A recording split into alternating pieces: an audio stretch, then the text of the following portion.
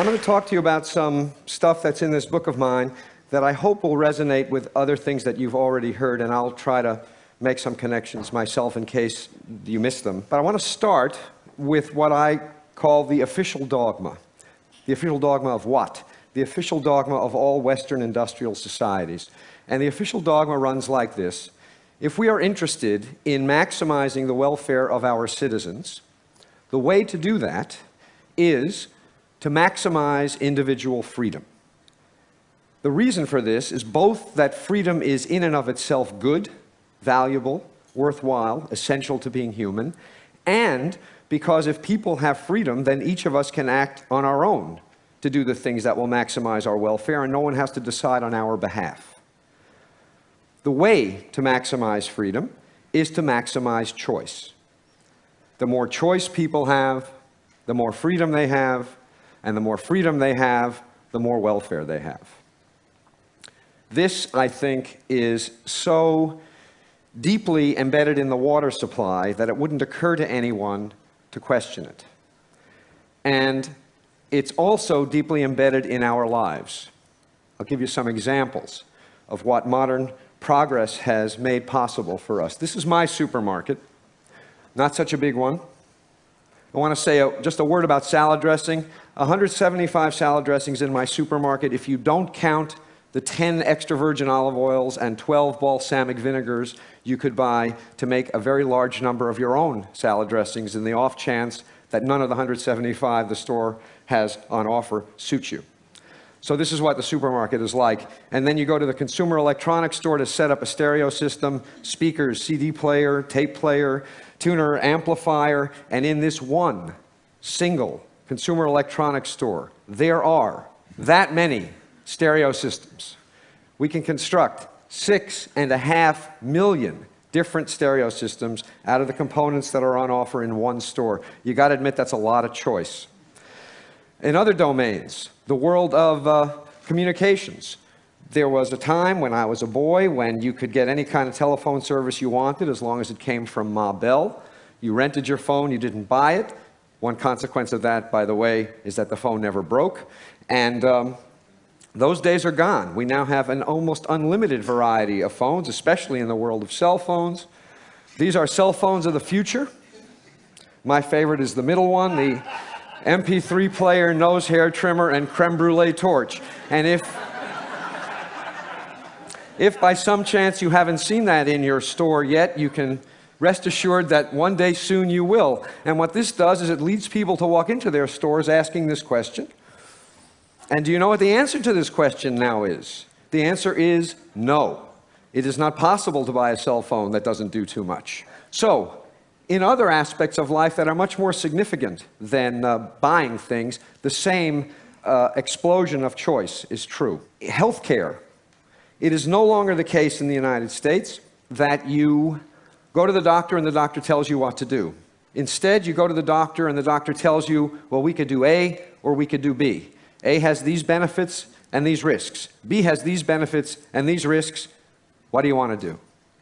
And you say, Doc, what should I do? And the doc says, A has these benefits and risks, and B has these benefits and risks. What do you want to do?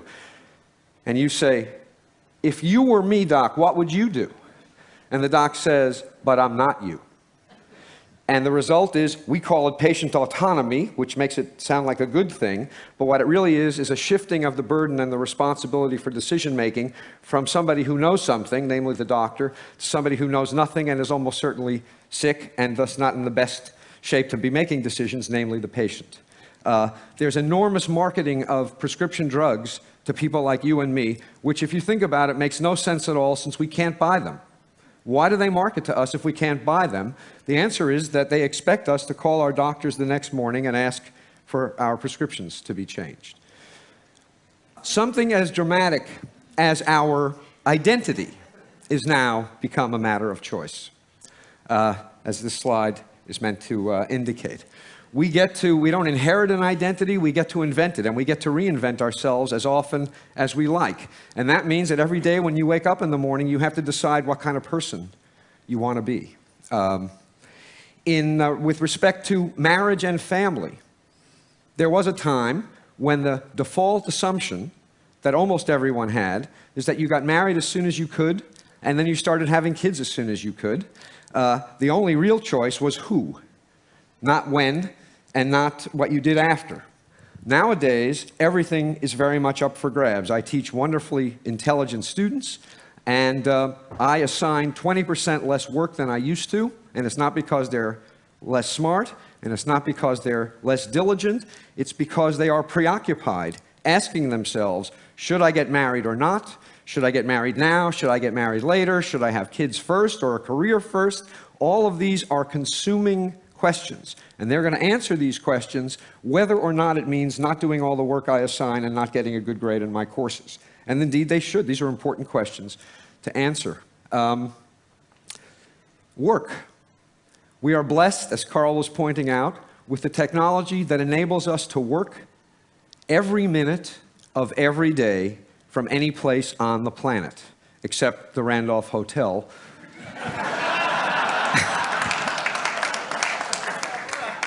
There is one corner, by the way, that I'm not going to tell anybody about where the Wi-Fi works. I'm not telling you about it because I want to use it. So what this means, this incredible freedom of choice we have with respect to work, is that we have to make a decision again and again and again about whether we should or shouldn't be working. We can go to watch our kid play soccer, and we have our cell phone on one hip, and our BlackBerry on our other hip, and our laptop presumably on our laps. And even if they're all shut off, every minute that we're watching our kid mutilate a soccer game, we are also asking ourselves, should I answer this cell phone call? Should I respond to this email? Should I draft this letter? And even if the answer to the question is no, it's certainly going to make the experience of your kid's soccer game very different than it would have been. So everywhere we look, big things and small things, material things and lifestyle things, life is a matter of choice. And the world we used to live in looked like this. That is to say, there were some choices, but not everything was a matter of choice. And the world we now live in looks like this. And the question is this good news or bad news? And the answer is yes. We all know what's good about it, so I'm going to talk about what's bad about it. All of this choice has two effects, two negative effects on people. One effect, paradoxically, is that it produces paralysis rather than liberation. With so many options to choose from, people find it very difficult to choose at all. I'll give you one very dramatic example of this, a study that was done of investments in voluntary retirement plans.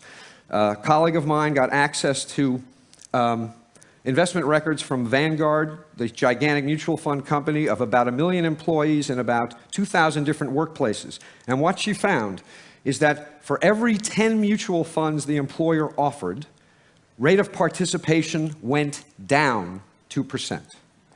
You offer 50 funds, 10% fewer employees participate than if you only offer 5. Why? Because with 50 funds to choose from, it's so damn hard to decide which fund to choose that you'll just put it off till tomorrow, and then tomorrow, and then tomorrow, and tomorrow, and tomorrow, and of course tomorrow never comes. Understand that not only does this mean that people are going to have to eat dog food when they retire because they don't have enough money put away, it also means that making the decision is so hard that they pass up significant matching money from the employer. By not participating, they are passing up as much as $5,000 a year from the employer, who would happily match their contribution. So paralysis is a consequence of having too many choices, and I think it makes the world look like this.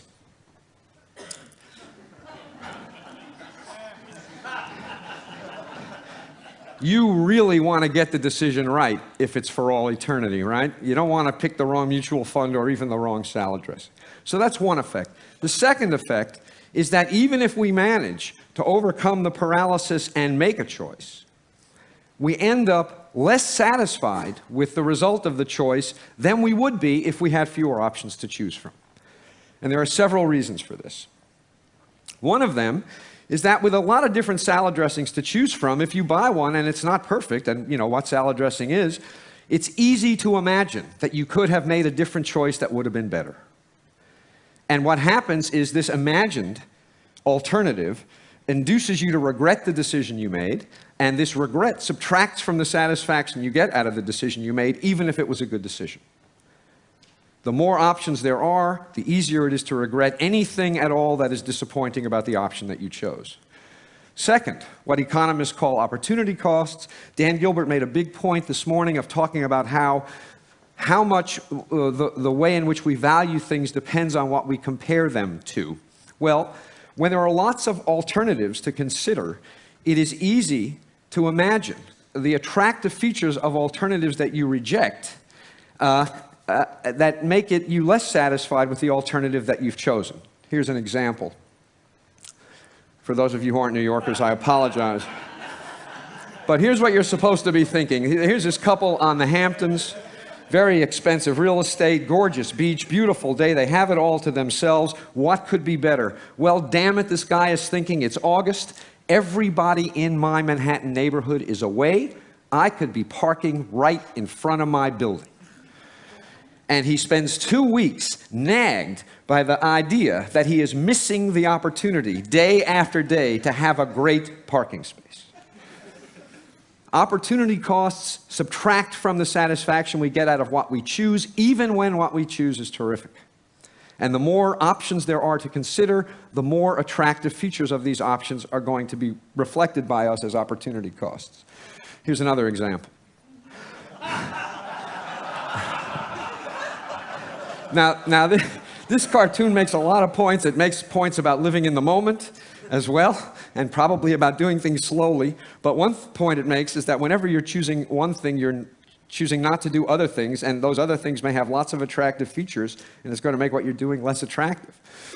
Third, escalation of expectations. This hit me when I went to replace my jeans. I wear jeans almost all the time. And there was a time when jeans came in one flavor, and you bought them, and they fit like crap, and they were incredibly uncomfortable, and if you wore them long enough and washed them enough times, they started to feel okay.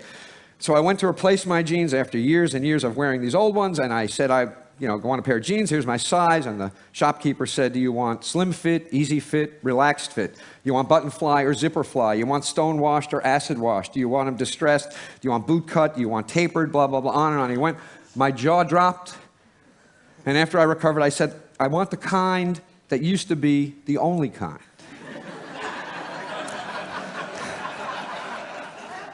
He had no idea what that was.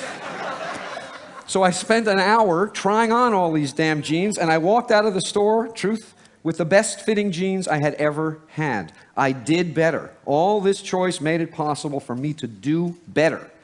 But I felt worse. Why? I wrote a whole book to try to explain this to myself. The reason is, the reason I felt worse is that with all of these options available, my expectations about how good a pair of jeans should be went up. I had I had no particular expectations when they only came in one flavor. When they came in 100 flavors, damn it, one of them should have been perfect. And what I got was good, but it wasn't perfect. And so I compared what I got to what I expected, and what I got was disappointing in comparison to what I expected. Adding options to people's lives can't help but increase the expectations people have about how good those options will be. And what that's going to produce is less satisfaction with results, even when they're good results. Nobody in the world of marketing knows this. Because if they did, you wouldn't all know what this was about. The truth is more like this.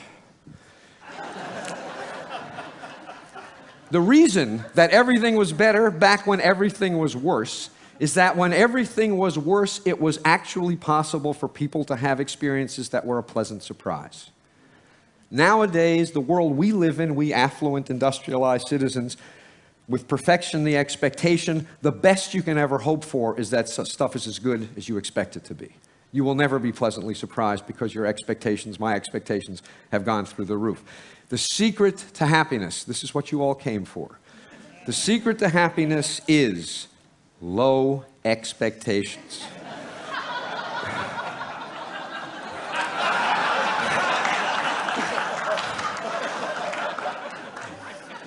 I want to say, just a little autobiographical moment, that I actually am married to a wife, and she's really quite wonderful. I couldn't have done better.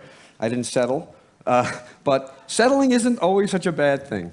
Finally, one consequence of buying a bad-fitting pair of jeans when there is only one kind to buy is that when you are dissatisfied and you ask why, who's responsible? The answer is clear. The world is responsible. What could you do? When there are hundreds of different styles of jeans available, and you buy one that is disappointing, and you ask why, who's responsible, it is equally clear that the answer to the question is you. You could have done better. With 100 different kinds of jeans on display, there is no excuse for failure. And so when people make decisions, and even though the results of the decisions are good, they feel disappointed about them, they blame themselves. Clinical depression has exploded in the industrial world in the last generation. I believe a significant, not the only, but a significant contributor to this explosion of depression and also suicide is that people have experiences that are disappointing because their standards are so high, and then when they have to explain these experiences to themselves, they think they're at fault. And so the net result is that we do better in general, objectively, and we feel worse. So, let me remind you, this is the official dogma, the one that we all take to be true, and it's all false. It is not true.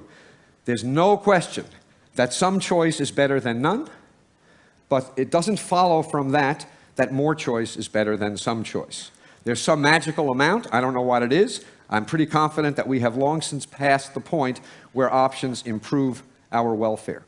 Now, as a policy matter, I'm almost done. As a policy matter, the thing to think about is this. What enables all of this choice in industrial societies is material affluence. There are lots of places in the world, and we have heard about several of them, where their problem is not that they have too much choice, their problem is that they have too little. So the stuff I'm talking about is the peculiar problem of modern, affluent Western societies. And what is so frustrating and infuriating is this. Steve Levitt talked to you yesterday about how these expensive and difficult to install child seats don't help. It's a waste of money. What I'm telling you is that these expensive, complicated choices, it's not simply that they don't help. They actually hurt. They actually make us worse off. If some of what enables people in our societies to make all of the choices we make were shifted to societies in which people have too few options, not only would those people's lives be improved, but ours would be improved also. This is what economists call a Pareto improving move.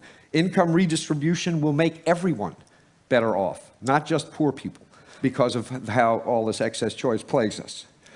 So, to conclude, you're supposed to read this cartoon and, being a sophisticated person, say, what does this fish know? You know, nothing is possible in this fishbowl. Impoverished imagination, a myopic view of the world, and that's the way I read it at first.